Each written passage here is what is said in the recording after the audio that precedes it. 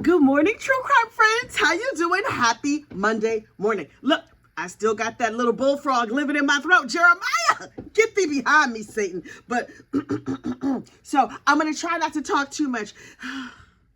Talking too much is really where my gifts actually lie. So trying to be a little less loquacious, I don't know how that's going to work out. But you know what you need to do before we get into today's video? Please like this video and subscribe to the channel. It helps other people find us. Okay, so look, there are two people we need to gossip.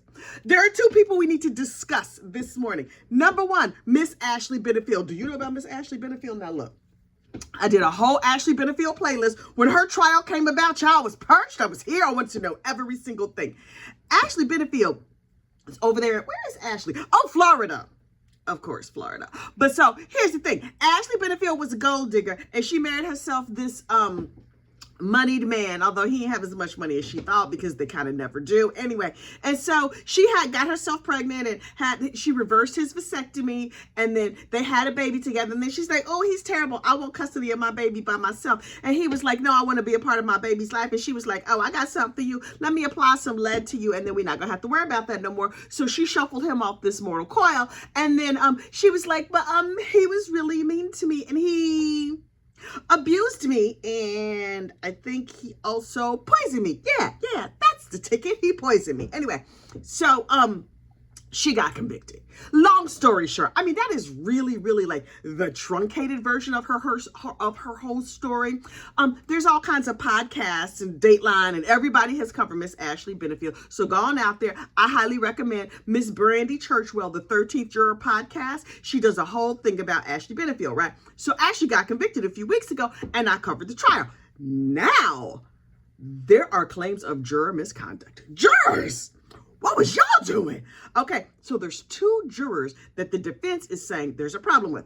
One juror, they're saying, has a DV past, was a victim of violence in the home. Child, I can never keep track of what you can say here on the Tubes of You and what you cannot say. But we're going to use DV for when you have when you getting beat up at the house. So one juror reportedly has a DV past, meaning they were part of like a DV situation, and they had like restraining orders or whatever else, and they didn't disclose that. And so they're saying, the defense for Miss Ashley is saying, this person should have disclosed their past, and it's coming out now, and blah, blah, blah. And I'm like, but if somebody self-reports, and it's unclear whether or not that particular juror said, yes, I have a past, no, I don't, because the way they did it was they had the whole jury panel just sitting down, and everybody had like numbers on a stick or whatever, and they were like, oh, if you have this situation or that situation, hold up your number. So people were holding up their number, but the court reporter didn't write down who held up their number for what different claim. So it's complicated. Anyway, and so the defense was like, we should have that juror back in, and we believe she lied to the court, and she's going to need to lawyer up. Let me tell you something. You want to de-incentivize people from doing jury duty? Do that. Run a background check on them after the trial and be all up in their business and be mad that they didn't disclose to God and all the world what their whole past was. You're trusting people to just show up and tell the truth and fine. Most people don't want to do jury duty at all. Now you want to do background checks on jurors, sir? I don't think the court's going to let that stand well. In fact, the judge was like, nah, move along. Anyway, the other scandalo that's happening with this jury is that reportedly one of the jurors snuck a flip phone into deliberations and was texting her brother, updating them, because the brother was in the chat for Law and Crime. The brother had the screen name Hoodie Guy, which I was like, okay, Hoodie Guy. Okay, hang on. That little frog in my throat, Lord. Hoodie Guy was in the chat on Law and Crime, and he was like, oh, the jury is hung. The jury is this. The jury is that. Giving updates on the jury. And then Hoodie Guy, who is an anonymous individual on the internet who may be a troll, who may be in real life, who knows? And then Hoodie Guy was giving live updates from inside the jury room. And I was like, really now? Your sister snuck a flip phone into the jury. Can you text on a flip phone? Or is this listen, from what I recall of texting, you had to be like, let me push the number 2, A, B, C, D. Okay, till it gets to the right letter. And then, so you can't just type like you do now. Gather around, children. Back in the olden days, when you wanted to text somebody, it was a long and torturous process, and you had to cycle through a lot of letters, and so your messages were real brief. You might as well have been using semaphore. And right before the verdict came out, Hoodie Guy reported in the chat on Law and Crime that verdict incoming. Now look. Is Hoodie Guy a made-up person? Is Hoodie Guy a troll? Did Hoodie Guy have a sister who was actually inside the jury room? Was Hoodie Guy telling things to his sister and his sister was telling things back to him? Did it go 2 ways? If there was this rogue juror, was she sharing whatever information she got from the outside world? Was she sharing the information that was coming in on her cell phone with the other jurors? We don't know. And then, hang on. The defense was like, hey, Law and Crime, we think Hoodie Guy might have had an inside track because, you know, people on the internet would never be untruthful. So if our friend Hoodie Guy said it, Mr. Hoodie Guy to you, then we absolutely have to take this seriously. And can you give us all the transcripts of your chat? And Law and Crime was like, oh, hang on for a minute, and went and pulled the video and pulled down the chat and deleted everything and locked everything down. And it's like, what you're not going to do is draw us into this case. No, thank you, because our chat and our live feeds do not need to become evidence in cases. And Law and Crime shut the entire situation down. And I'm like, oh! Well, now I'm interested. And so the judge is like, okay, I see that you are concerned about Mr. Hoodie Guy. And so obviously, since Mr. Hoodie Guy is entirely anonymous and Law and Crime is not good, and the defense is saying the timing of it was just perfect. Now listen, they deliberated, but not for like a crazy long period of time. So anybody could have said, there's a verdict coming, there's a verdict coming, there's a verdict coming. If Mr. Hoodie Guy's information happened to happen right around the time that the verdict came in, maybe it was a coincidence. Maybe he knew something. Who knows? Also, Mr. Hoodie Guy reportedly, was giving details about what was happening in the deliberations. It was a jury of 6 people, and Mr. Hoodie Guy was like, 5 people think this thing, and 1 person is a holdout, blah, blah, blah, whatever, back and forth. But you can't go and ask a jury, how did your deliberations go? When Hoodie Guy said this, was he right? Was he wrong? Because the deliberations are like secret or sacred or locked up behind a closed door, child. I don't know. But, so they can't ask the jury, like, at what point, who was divided, who was on what side, whatever, because I think that's illegal, immoral, unethical, unclear. So what they're going to do is they're going to require all the jurors to show back up, and they're going to interview each juror. Remember when they did this in the Murdoch trial? Because Courthouse Becky was down there doing shenanigans. They're going to have all the jurors back in from the Benefield trial and be like, hey, juror, we got some questions for you. And I was like, are y'all going to do it on TV? Because I need to see every single thing. But no, they've decided to do it in camera, which means in chambers, behind closed doors. They're just going to sit with the judge and be like, okay, the judge is going to ask some questions, and the court reporter lady is going to be there with let her little court reporting fingers do the walking. You would think that they would have like done some sort of update on the court reporting system by now, but it's still a little lady sitting there with her little fingers going, okay, good for you. I guess that's a good solid job. They're going to have the court reporter and the judge and the attorneys there, and they're going to have all 6 jurors back, and they're going to ask them questions and say, like, did you see somebody going to the bathroom a whole lot of times? Well, how do you know that person doesn't have IBS or something? Just because somebody goes to the bathroom doesn't mean they send in a bunch of texts. Did you see a flip phone? Was there a flip phone? Frankly, me personally, I don't think this is going to go anywhere. Also, they're just going to request the people show back up. The people, once they receive this request, don't have to show up. So if Hoodie Guy's sister really had a flip phone, number 1, did anybody know? Number 2, could anybody tell? Number 3, will she actually show up if asked? They were like, do we subpoena them? Do we arrest them? How do we get them to come to the court? So they decided to have the judicial assistant just like, boop, boop, boop, boop. Hey, how you doing? Listen, can you come down? Because the judge wants to talk to you. That's like being called to the principal's office. Only worse. Will they pay you like for a day of jury duty?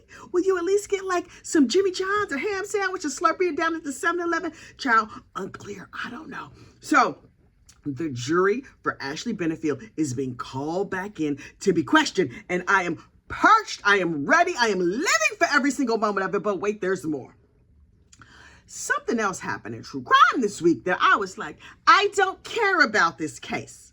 Then I found myself caring about it. And that is that, remember Lori Vallow Daybell and Chad Daybell, those terrible zombie Mormons? Now listen, let me be abundantly clear. I have no issue with our LDS friends. None whatsoever. Y'all can believe whatever you want to believe. You can worship however you want to worship. None of my business at all.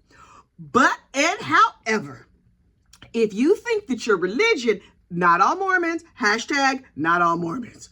But if you think your personal beliefs entitle you to unfortunately unalive people, now those people I have a problem with. And if you will recall, we have divided our LDS friends into 3 sections. The first is just like regular, very nice, smiley, Donny Osmond, everyday Mormons. Those we call funeral potato Mormons. Oh, they're so nice. They like you. You like me. They're friendly. Yes, they're going to try and convert you to go to their churches or whatever, but that's fine. People do that all the time of all different religions. Funeral potato Mormons, those are our friends. Now, next you have better than you Mormons. I don't care what religion you are. It's always a better than you segment of most religions. In my opinion, I am a devoted heathen, so I don't know that much about it, but I was raised in religion, right? These are the people who are like, they know more than you. They read it more than you. They study it more than you. They doing more work than you. They're just better than you. And the better than you Mormons, they're more Mormon-y than you.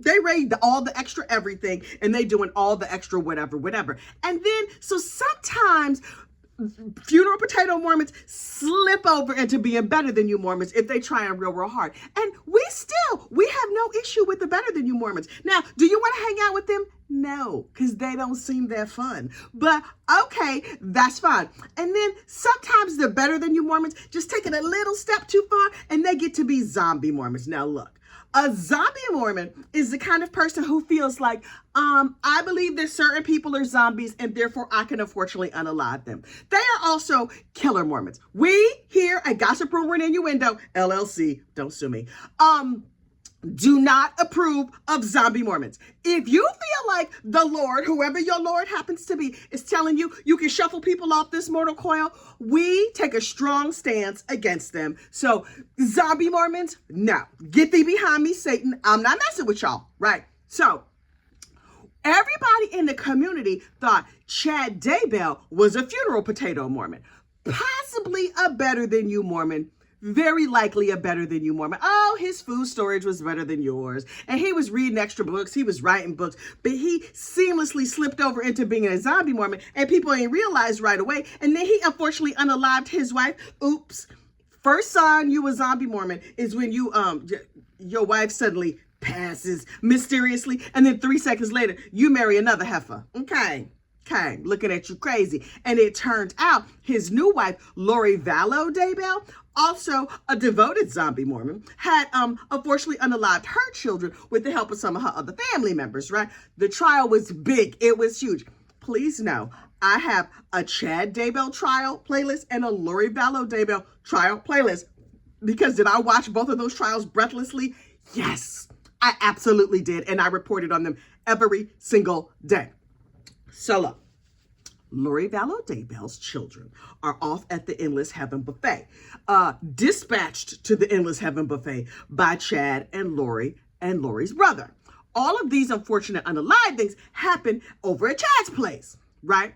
So Chad is sentenced to the unalive penalty. Lori Vallow Daybell is in jail for the rest of her life. But then the house where all of this went down, where the corpses were found on the grounds or whatever, the house went up for sale. Now, Mr. Chad, zombie Mormon, could not afford to pay his legal bills, but he's like, no. Hey, lawyer of mine, John Pryor, I'm fresh out of cash.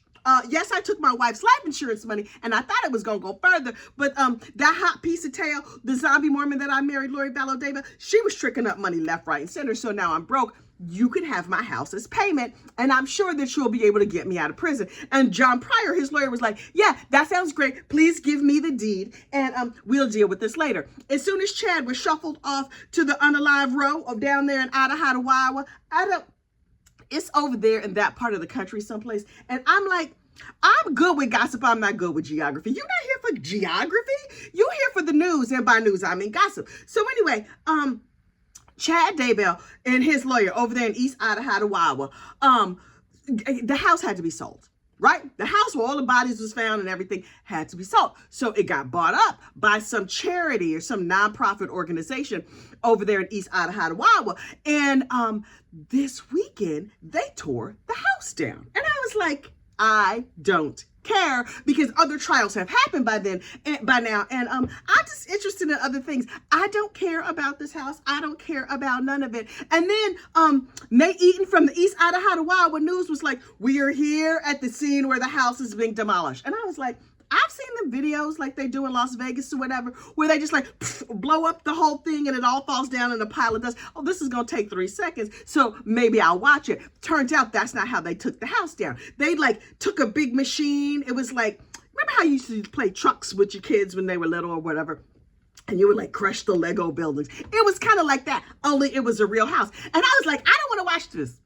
Why am I somehow mesmerized by them taking down this house? And so they took down the outbuildings where some of the crimes were committed, and they were digging in the ground, I guess, to get the dead body juice out. I don't know how tearing down a house works. And then they took up the tree. One of the children was found buried near a tree. And I was like, what that tree do to y'all? That tree ain't do nothing yet. Why you got to take the tree out? But okay, the tree is also a victim in this crime, justice for trees. And then they were like, and now we will be taking down the house. And I was like, this story is stupid. How come I can't stop watching it though? And so Nate Eaton was out there, and he's like, now they are going to the lofted area. And I was like, not the cozy cone. They taking down the cozy cone? Well, I'm not going to stay for this whole thing, but I do really want to see them take down the cozy cone, because the addition part that they had, they referred to it as the cozy cone. That's such a cute name for a section of the house. So I watched them take down the cozy cone, and then I was like, I don't really care about this.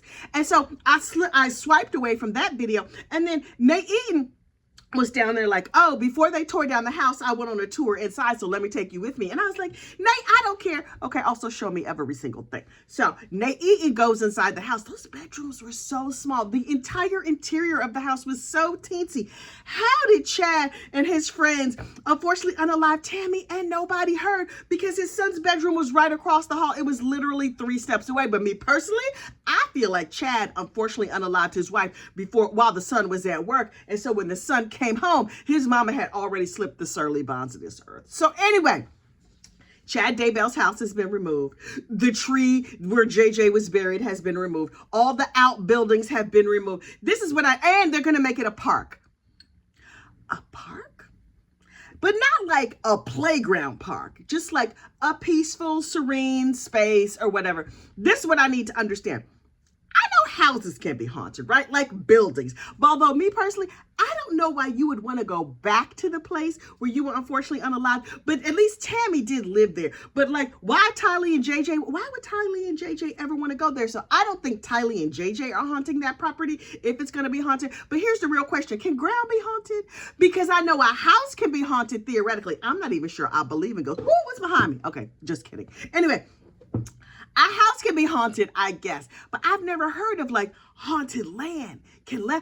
Are cemeteries haunted? I don't know. Maybe that's why they scooped up the dirt near where they found JJ, not only to get rid of the dead body juice, but also to get rid of the haunting. Is the haunting in the soil? Is it in the grass? Is it in the tree? Maybe that's why they took the tree. I have questions, but I don't know that I'll ever have the answer. Now, our resident psychic for that case was the Reverend Donna Serafina Donna. One of those is her actual name. Reverend Serafina Donna. I never remember this lady's real name, but there was a psychic who predicted everything that happened in the Chad Daybell case. When the kids were missing, she was like, oh, I know exactly where they are. Actually, that's how she was like, I know exactly where they are.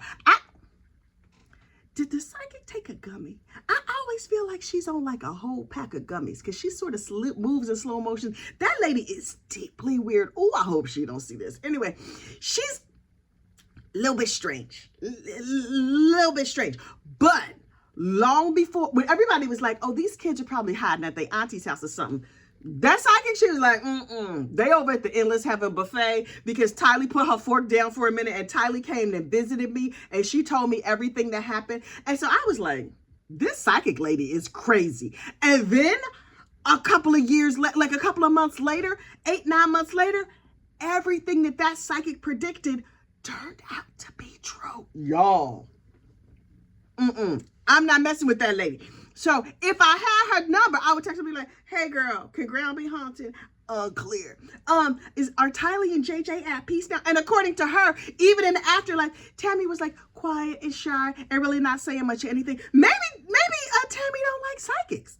Maybe Tammy Daybell is like, my husband shuffled me off this mortal coil, but girl, you still weird. I don't know. It is unclear. Now listen, we don't have a new case that we're working on right now. So I don't know what we're going to do. I undecided, unclear. I have no idea. In the meantime, I'm going to keep clicking around. If there's a case that you want me to cover, if there's something you're like, this would be interesting to hear about and it's not too gruesome, then let me know down in the comments, because I'm looking for a new case until who's supposed to be ooh, Suitcase Sarah Boone is supposed to be up next. Y'all, the way I'm waiting for that trial to start. In the meantime, y'all stay safe out there, and I will talk to you later. Bye.